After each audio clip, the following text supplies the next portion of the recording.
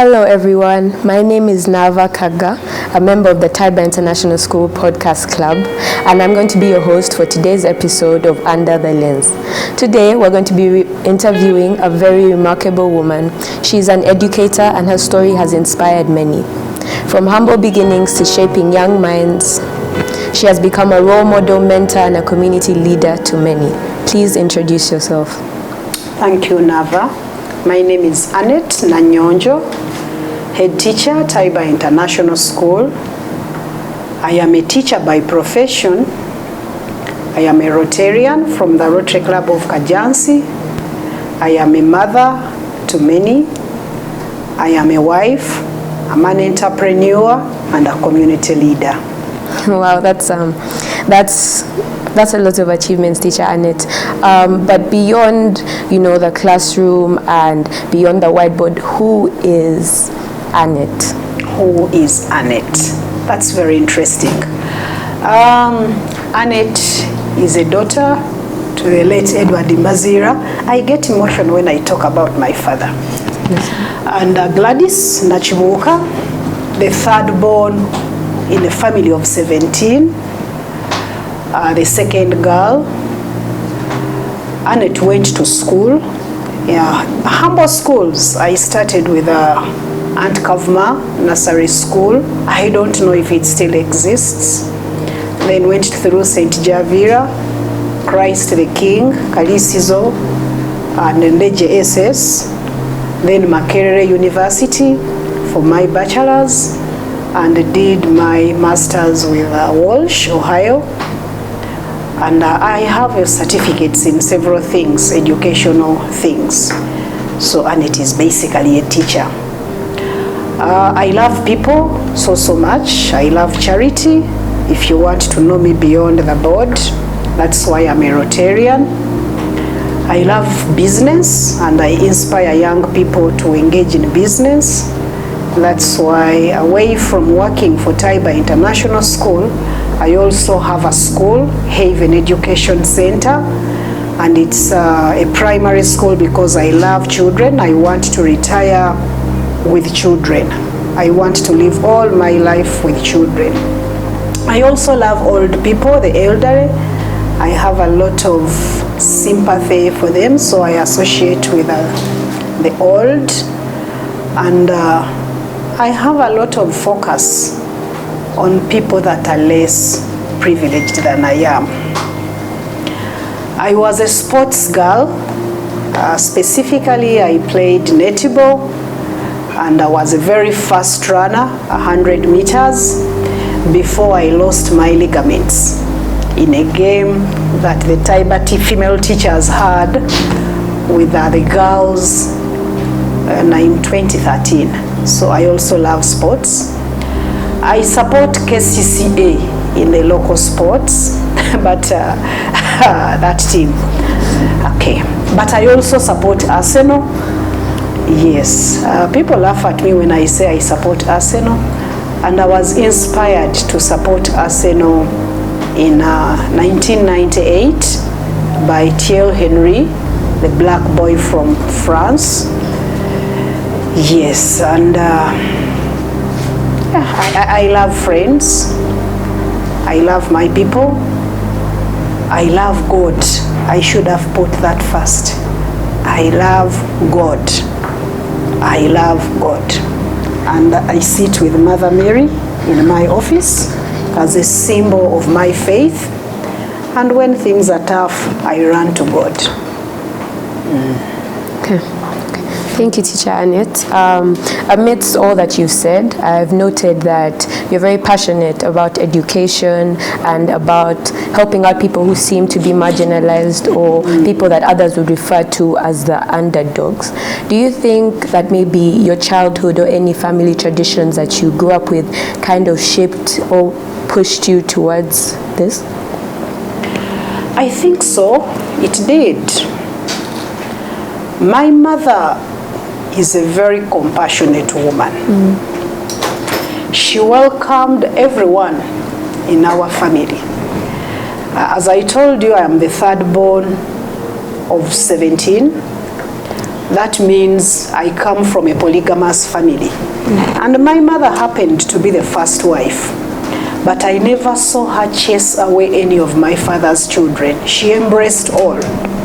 So our house was always full of people. And she gave a lot of attention to the people that came home. If a visitor came and there was, say, 1 cup of tea, she would ask you to wait. So the other people that inspired me to be very kind were my auntie. I was named after my singer, Nanyonjo Teddy, and I have not seen a person as generous as she is. So she taught me kindness. Then my grandmother, may her soul rest in peace, Agnes Nantale. For her, the door never closed. The door was always open and the kettle was always cooking. For whoever came in had a cup of tea. So I learned from childhood that we live for others. You cannot have and close your door. You have to reach out to many. I think that is what inspired me. Okay, that's truly inspiring, Teacher Annet. It seems that you come from a very compassionate and open family, and I think that's a beautiful thing, and not many people get to experience that. But there's many unique things about each and every person. Do you have a unique thing that defines you as Teacher Annet? I think I will say this thing that I feel defines me and what people say about me. Okay. For me, I am defined as a person who is of very high integrity in everything I do. I am very compassionate. I am very true. And I keep telling people that interact with me that I hate hypocrisy. So if you're a hypocrite, you can't come near me. I actually say a hypocrite is worse than a murderer. So people know me as Teacher Annet, who will tell you what it is without icing it. Teacher Annet will account. I'm very highly accountable, and I keep records. I don't know, I can't say I love money very much because I don't get it and keep it. But when I get it, I give it away. But I hate people that take what is not due to them. I want things to happen in the right way. And I think I was taught that by my late father. My father once cautioned me as a young girl of about 23 that never touch that which is not yours. If you grow up and get married and your husband leaves his wallet, his trousers with money, do not be tempted to take anything out of there. So I learned not to touch what is not mine. But also, as we were growing up, there is a time my mother lost a brother. And she was a stay-home mother. So she had to wait for the husband to come home in the evening to give her transport to go to her family. I didn't like the encounter between the two. My father was not so friendly to someone that had lost her brother. He rebuked her why she had to wait. And I overheard him say, a clever woman must have money at all times. I have never been without money in my life. I started saving in primary 4. And I don't remember a single day between primary 4 and now when I did not have my money. So would you say that you're very conscious as a person and you like things to be systematic, or would you say that sometimes you tend to go with the flow?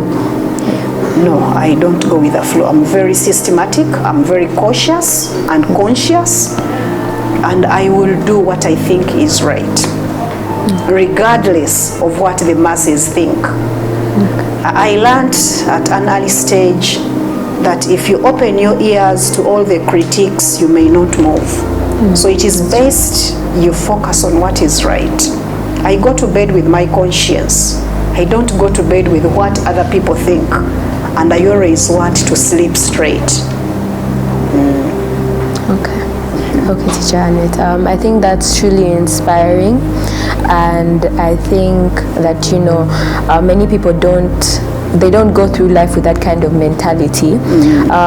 You said that you don't take note of what everyone has to say about you. So if you have all these different things and different opinions of people on your life and of how you live your life, what keeps you moving? What keeps you resilient through all of that?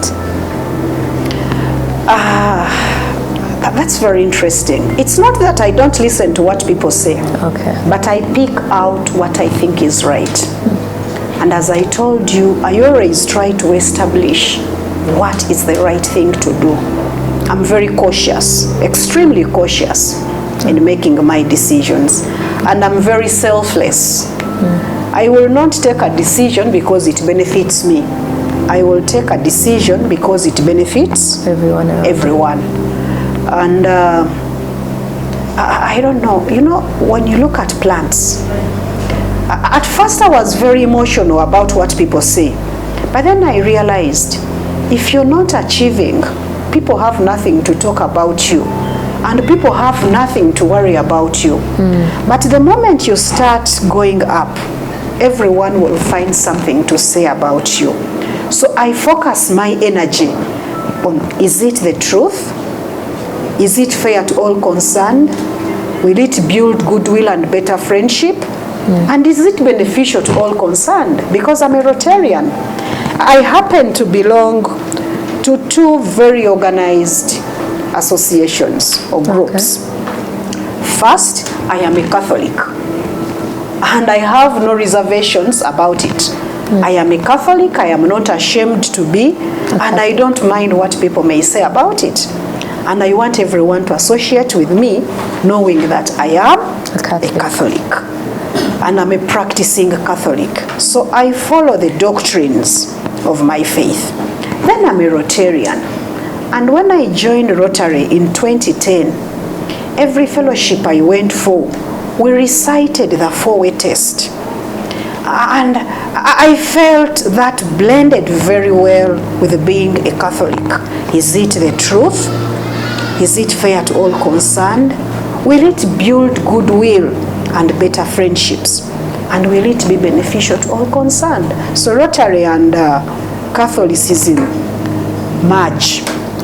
And I want to be seen as a Rotarian who is a Catholic. I don't know if that makes sense to you. It does. Right. When you mentioned that you're a Rotarian, I'm sure most people have heard of Rotary and of the different activities that members partake in, but I don't think most people know what exactly it entails. So what exactly does it entail for you as Teacher Annet, and do you think it has shaped your philosophy and anything about you in any way? Yes, it has. It has. I have managed to help people beyond my eye. I have contributed more than $10,000 to charity through the Rotary Foundation Fund. This is a pool where we put money, and that money is used across the globe to benefit people we don't know. Not because I am rich, but I told you I want a fair world. We may never achieve it, but I want to go to rest very comfortable that I did my part. I contributed the best that I could. My father was a rich man, incidentally, and he always bragged about his Mercedes. He had a Mercedes Benz, and he was into construction and hardwares. But every time I think about him, I have a feeling, yes, he did his best. He educated me. He educated some of my siblings. He looked after his parents. But I don't feel he did a lot beyond the family. Why do you think that? Yes, because he was not in any group of charity. He loved whiskey, Red Label, and he would go to a bar in the evening and ask the barman to pile crates of beer to his height, and then he sits in one corner with his whiskey and asks the rest of the people to drink all the beers. So I didn't like that of him. I keep thinking, if he had invested that money in a home somewhere, maybe for the orphans, for the elderly, or even for us, life would be a lot more different. So that one inspired or directed me which route I want to take. I don't know if it answers your question. Yes, it does. It does. Thank you. So I joined Rotary so that I can do that. Okay. But beyond that, I also do a lot of charity as a person, not as groups. At Taiba here, you know of My Maria and Belinda. I am very, very, I don't know, happy to have them in my life. And they make me happy. We are not related by blood, but they are my children. They lost their mother, and every time they come and give me a hug, I embrace them. I feel I am giving them that feel a mother would give. I also have my Susan, Susan, who I got from Taiba, and she became my daughter. So I don't do what I do because I have much. I keep joking with my friends that I can wear a dress for 10 years, and it is the truth, like I've had this jacket for more than 10 years. But I will give away the extra penny and feel more satisfied than if I went and bought myself another jacket. Wow. And maybe something I need to tell you also. As a little child, people used to say, "Akana kano kaline chisa." They used to make that comment because I would carry things for old people, I would give away things. So I think it is in my DNA. It's something that you've always had. Unfortunately, most people think I'm very tough. I am a no-nonsense person. They don't know the true me. But those that are close to me and those that have walked my life journey with me know the true Teacher Annet.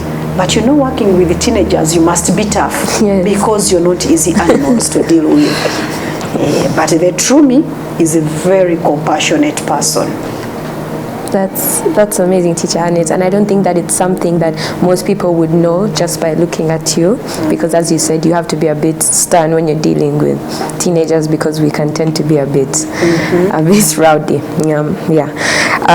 Earlier on, you spoke about how you feel that not witnessing your father be a charitable person kind of pushed you in the direction that you went in because of your nature as a person. Do you think that's to do with your passion for education and children and all of that? I don't know. You know, there are things we get from the environment and things that are genetic. I told you my mother is a very kind woman. Yes, very kind. She still lives and she's illiterate. But she was very passionate about education. Surprisingly, her father died recently, and the father was very rich. But she was deprived of education for reasons I cannot explain. But that is maybe tradition. But my mother cared for our education. She was a stay-home mother, but woke up every day before all of us to set breakfast. At some point, I would go home for lunch, and lunch was always ready by midday. In the evening, she cared to see that our uniforms are prepared for the next day. So she valued education so much. Even my father paid my school fees. Yes. And on my graduation day, people didn't like it when I thanked him and told him that I am grateful. I don't know what it means to send you home for fees because I always went to school with the school fees. So, yeah, that kind of shaped me. Things must be done in the right way. I loved my father very much, and he inspired me to be the person I am today. He always told me, you must be a strong woman. You must stand up for yourself. You must do what is right. And no one should make you feel inferior because you're not. So the love I got from my father, and of course the many canes. My mother caned me. Oh my God. She caned me. I think I was a bit stubborn as a child. So I received a lot of canes. And I don't want to end this conversation without talking about other people that have inspired this journey. I have my boss, Oscar Semoya Msoke. Yes. I have worked with him for 26 years now, but every day I learn something from him. Every day I learn something from him. And he inspired me to be a good educator. He has been a teacher and a mentor to me. Then I have the director, Mariam Luyombo, who made me believe in myself because she started Tiber at 27 years. So I keep asking myself, a girl of 27 years started a school and it has grown into an empire. What have I done? What do I want to be remembered for? So I buried myself in education and said, even after me, I must leave a legacy in the field of education. And that inspired me to start a school. That's truly beautiful, Teacher Annet. So we're going to take a short break and we will be back with Teacher Annet for the second part of Beyond the Lens with Teacher Annet. Thank you. Welcome back to the second part of Under the Lens, Beyond the Whiteboard with Teacher Annet. I'm still your host, Nava Kaga, and I'm still here with Teacher Annet. So in the last segment, we learned a lot about Teacher Annet and who she is beyond the whiteboard and beyond being a teacher and the head teacher of Tiber International School. So Teacher Annet, how has your journey to becoming a head teacher been? Yes. Maybe I can give you some historical background to my being a teacher. Yes. I think there is a silent voice that we don't hear. But somehow, if you're very cautious, you can tell which direction God wants you to go.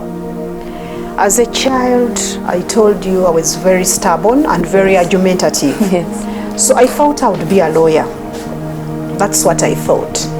But I remember back in the days in my primary school, every time there was a staff meeting, I remember the teacher of P1 coming to my class to take me to her class to take care of the children. Okay. As if to teach them as the teachers went for their meeting. It happened until P7.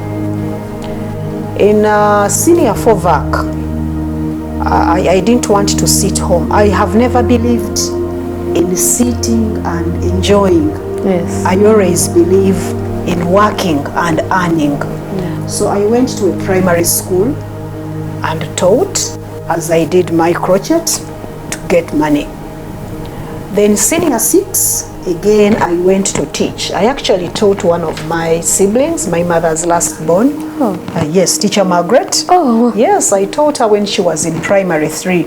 Margaret and my other brother Edward Senyonjo were in P3 and I was their teacher. So little did I know that God had destined me to be a teacher.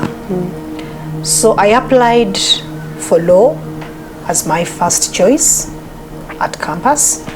And unfortunately, I didn't get it. I got education and I embraced it. I did education. I went for my school practice, the first school practice in a local school. And it nearly put me away from education. Why is that? The situation was harsh. So we were in a house with my roommate, Josephine. And in the morning, we woke up to find an anthill in the house. So we just packed our bags and went back home. I missed the first school practice. So I asked myself, is this the life teachers go through? Because when we went to that school, that's the house they gave us. I even didn't know it would affect my results. I just said, I can't go through this. So I went home and sat home, waited for the next semester, finished the school and went to Taiba High School for my second school practice. Taiba was fantastic. At Taiba, the girls were smart, the teachers were friendly. The head teacher, who is my director, Hajat Mariam Riombo, was the head teacher. She was always smiling and she was beautiful, and I love beautiful things. So I loved that school. Even the teachers were fed well. So I said, after school, I am coming back to teach here. So after my school practice, I put in my application. Unfortunately, I wasn't given a job, but I had done a good job as a trainee teacher. So I went, looked for jobs. Jobs were not easy to find. At the time, government had put a ban on recruitment of teachers, so we couldn't access government schools. So at some point, I taught in 3 schools. In one school, Chisas College, Honorable Latif Sebagala was my friend at campus. He had started it. I worked for free. He wasn't paying me anything. Sometimes he would give me transport, sometimes he didn't have transport. A friend of mine connected me to Pride Academy. I also went there, but those people, I don't want to say the bad things. I also taught in Hawa on Hoima Road, a school where I encountered children that didn't want to go to class. So I resigned that job because children didn't want to study. I resigned Pride because of some reasons. And Chisasi, I stayed with the Chisasi, and then I worked with Noah's Ark because another friend wanted some help. It wasn't easy. It wasn't easy. Sometimes I would ask my mother for transport. Then I received a call. 3 years after my school practice, Taiba wanted a teacher of economics. Unfortunately, they still remembered this young girl who loved what she was doing. So the head teacher now was Mrs. Nia Mwesi. She called me to teach economics to cover for someone who had gone to give birth. And I taught. Fortunately for me, they kept me even when she came back, because when I do something, I told you, I do it well. I don't even look at the benefits. I just have it in me that when you're doing something, do it right. I never asked about money. All I wanted was a job, to wake up, dress up, and show up. So I worked with Taiba High for 1 year. Then they started this campus, Taiba College School. I worked at Taiba High School, a girls-only school, teaching economics and religious studies, that's divinity. Then they started this campus in 2000, the Taiba College School. I had become very comfortable at the Taiba High School. It was very expensive for me, by the way. I stayed in Kajansi and worked in Kawempe. My mother would wake up to escort me to the taxi park, the road, to board a taxi to the tax park at about 5:45. How did you stay resilient to all these challenges that you faced? I think the way we were raised. Growing up in a polygamous family, even if you're rich, it's not so easy. You have to learn to survive. But I also went to tough schools. Christ the King, Kalisizo was very tough. Ndeje SS was very tough. Even in my primary school. So, they started Taiba College School. And they brought someone to teach economics, Teacher Jemeo. And I think after 1 week, Jemeo said, I can't handle. Me, I love teaching Islam. And then they said, but now Taiba High has so many teachers. Vagonza is back, Julia is back, then Annet. Let's take Annet to college. I must confess I wasn't happy. I felt really bad. And yet this was going to be more convenient for me. Kajansi Webaja. But I accepted and came. So I taught in 2 schools. Taiba High to finish my candidates, and then Taiba College to start the S5 class. We enjoyed it. It was tough. All these buildings were not here. We had a few buildings. There was no tarmac, no tiles, no nothing. Hajat was our first head teacher again. Okay. And before the year ended, Mr. Semoya was also with us to be our head teacher. And that time, because of resources, I think the school couldn't hire many people to do the different things. So we didn't have a matron. And I offered myself to be the matron. So I became a teacher and a what? And a matron. And a matron. Then we didn't have a driver. And me, I knew how to drive. Remember I told you my father had a Mercedes. So I grew up loving to drive. Yes. I learned driving before I could think of buying a car. So I became the school driver. I did a lot of things. Whenever there was something to be done, I offered myself to do. And I never thought about money. No, I really love doing things. So I worked. I don't remember the date, but I remember Mr. Semoya was putting on a red shirt. And that time we were walking towards the kitchen. And that building was under construction, because at first our food would come from the primary school and we eat. And then he told me, but Annet, do you know you're going to lead these people? I remember his words. I didn't know whether he meant it. I don't think he remembers having said that. Yes. But yes, he said it. And we continued working. Structures were built. We were here with Teacher Bill, Teacher Safina, Annette Wandera, Agnes, Jonah Walusimbi, Jemeo, and that was the first group. Yes. And we all taught more than 2 subjects. I remember the senior 6 class, senior 5, senior 6. I taught them economics and 3 papers of divinity. So I would come in the morning to teach economics. I step out. Bill comes in to teach history. He steps out. I come back to teach Div 1. I step out. So growing steadily. Yes. So in 1998, principal, I think it was at the end of 97, Mr. Semoya was made the principal. Something that was also announced without warning. We were at I think a concert at the primary school, yes. And in her speech, Hajat announced him as the principal Tiber Schools.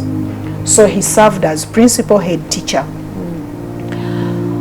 So one day in June, I remember it was June, but I forgot the date of 2008. I had gone to the market. I was in Owino buying food. I did virtually everything here. And in a staff meeting, I'm told he announced that I am now the head teacher. So that's how I became head teacher. But I want you to know something about some of these things. Yes. I have never contested for any election because I fear losing. And I keep saying, if God wants me to do something, he will lead me where he wants me to go. In primary school, I was one of those outgoing girls. Very short and small, but too noisy. So they elected prefects. People went in, I didn't go. And after the elections, the head teacher called me and asked, Annet, how come you did not stand for anything? And I told him I fear to lose. I was very open. And then he appointed me compound prefect. Senior 4 again. Senior 3, I didn't stand. I wanted to focus on my books. Again, Mr. Kato Setimba called me and asked, Annet, I expected you to contest. And I told him, I don't want. So if you fear losing, how do you think it affected for law, and when you applied to Tiber and you were elected the first time, do you think that kind of changed your perspective towards everything, or did you? I actually didn't take it as a rejection. No. Law, I didn't get the points they wanted. Okay. They raised the bar too high because people had applied and there were so many. Yes. And at that time, they were not taking as many students as they take. And for education, I still got it on government sponsorship. And I was happy because apparently I was the best in my school. And I don't think I really understood those things of the university so much. No, me, I just went. I am at Makerere University. I'm a boxer in Mary Stewart Hall. Then Tiber, I didn't take it as a rejection. I applied, but the school was full. Oh, yes. okay. So, and when the opening came up, they looked for me. Yes. So I became head teacher on merit. All the leadership posts I have held, I have been appointed, because the appointing people see some ability in me. I don't come out to say I want. God shows me the way. Even in Rotary, I am a past president of my Rotary club. Wow. But I never lobbied to become president. In fact, they begged me. Someone proposed my name. They reached out to me. I said I did not come to Rotary to be president. I joined Rotary to serve. Then they begged me, Annette, please don't frustrate us. Be our president. Yes. And I am happy I accepted. I led during COVID. It was tough, but I am going to be remembered for many years because I led my club to becoming a 100% PHF. I laid a foundation for a girls' dorm at the Technical Institute in Uikwe, and I did a lot of other things that were possible looking at the tough times we were going through. I also remembered my primary school and donated a tank so that children can wash their hands after using the latrines. They still use latrines, unfortunately. Teacher Annet, you've mentioned that you've had many leadership roles in your life. Do you think that your experience as being a woman in leadership is any different to people who are men and in leadership? And is there any specific advice you'd like to give to women aspiring to become leaders? I respect men, but I don't think any man is superior to me. No. I actually have a strong conviction that women are stronger. I strongly believe that. When I look, I will just focus on the local here. Yes. There are women I really love, women who have made a great impact in their leadership. Yes. When you look at the Nabagirika, she's a woman but has done much. Yes, she has. Rebecca Kadaga is one of my beautiful women. Yes. As speaker, I liked the way she conducted business of parliament. There is a vocal woman, Miriam Matembi. I like her focus on ethics and integrity, standing for the truth. I have gone for my director, Mariam Luyombo. Yes. I just love that woman. Just know I love her. At 27, she started a school which has become an empire. And she continues to grow. Yes. Now she's in the process of starting a leadership course that is internationally recognized in Uganda. So I have a strong conviction that when a woman does something, the sky will be broken through. If I look at how many years since 2008? 17. I can brag about building this empire. Yes. Because what makes an organization, any business, is money. And if I have managed Tiber money so well, I have a happy staff. I guess the children are happy. Yes, we are. And the school is growing. And I am a woman. How can you tell me that women are weak? I actually advocate for women to be leaders and men to support us. Yes. Men should support us. We make selfless decisions, and I'm not saying that men are selfish, but you know, motherly decisions are most likely to take us to greater heights than men. Men have a lot of things to satisfy. I won't mention them, but men know that. Yes. Women want to see everyone happy. Maybe I should also tell you this. I love Mother Teresa. and how she put her life out there To help for others. Yes. She's one of my role models. I also love Nelson Mandela, how he suffered to see that the South African people are freed from the enslavement and sacrificed and suffered, but never lost focus of what he was fighting for. I love them. Okay. Thank you, Teacher Annet. That's interesting. Thank you for sharing that. You've mentioned that you've been with Taiba for a very long time. You've been here since it was a small school and now it's an empire with so many students. Where do you see Taiba in the next few years? Yes. As we speak today, I have seen schools celebrate 100 years, 120, and they have grown.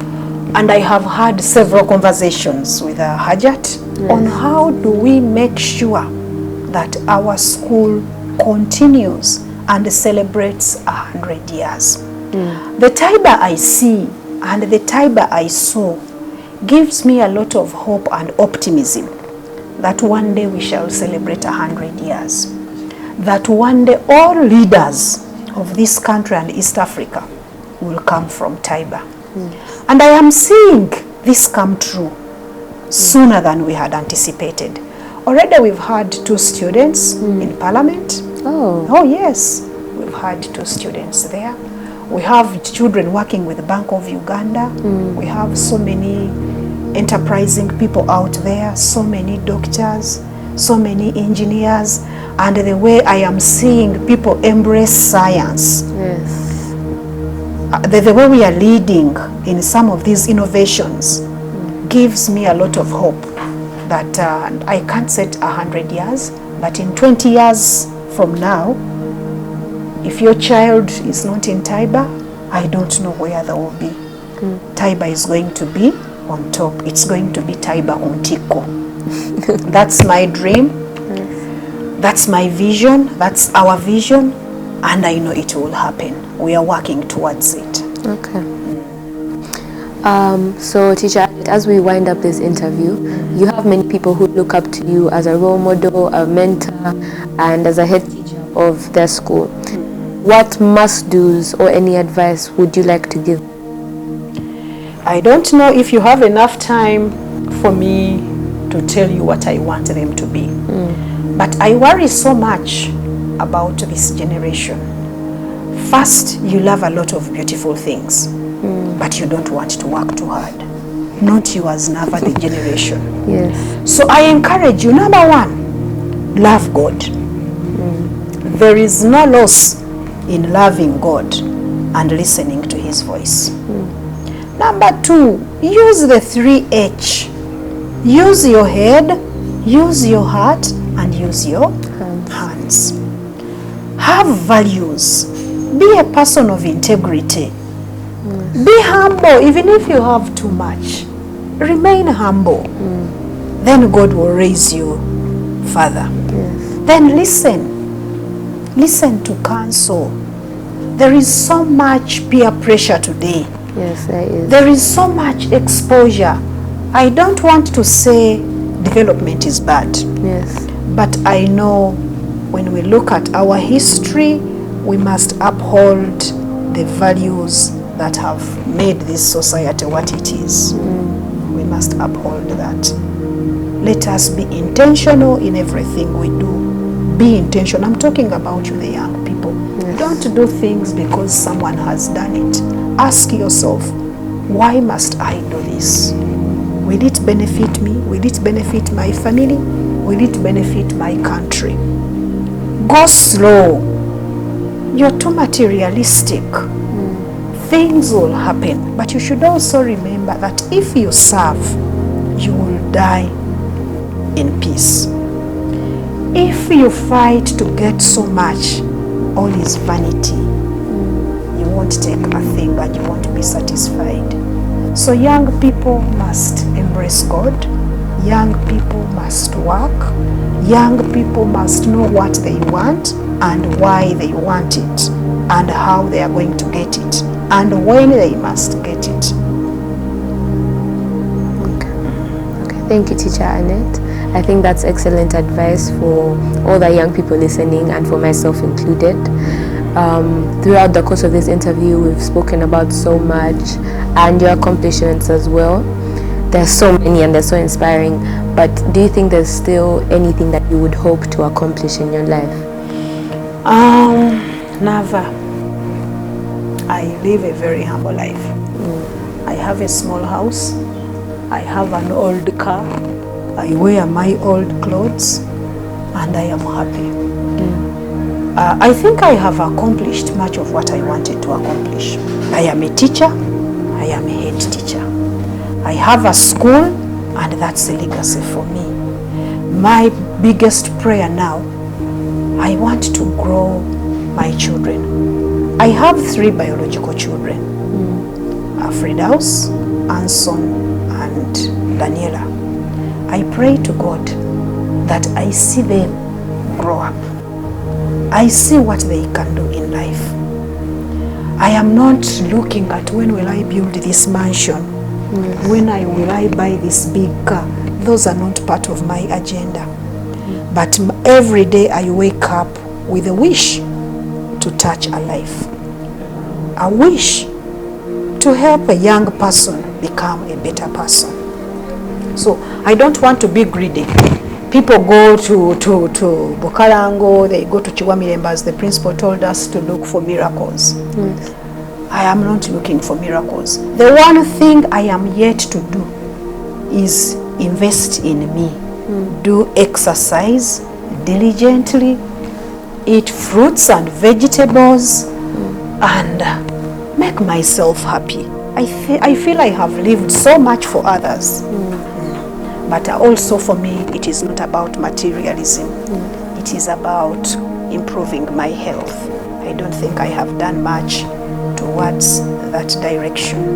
Okay. Thank you for that piece of advice, Teacher Annet. It's truly beautiful. I think, it's an amazing philosophy to live by.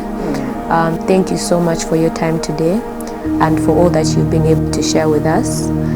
And it has been an amazing experience getting to know you and what makes you as a person. And maybe before we close out this, okay, I want to give you a piece of advice as a young girl. Never be poor. Being poor is bad. I don't like poverty. Yes. I am not greedy, but I don't like poverty. That is why I am working here. I have my haven. I have some apartments, and I'm also saving. I don't want to be old and a beggar. I want to be a rich old woman who will use her wealth to influence others. Never be poor. Okay, you should always remember that. Okay. Being poor is a curse. Okay. Thank you for joining us for this episode of the Taiba Podcast Club, Under the Lens, Beyond the Whiteboard with Teacher Annet. Please do remember to subscribe to the YouTube channel, Taiba International School, and we can't wait to meet you again.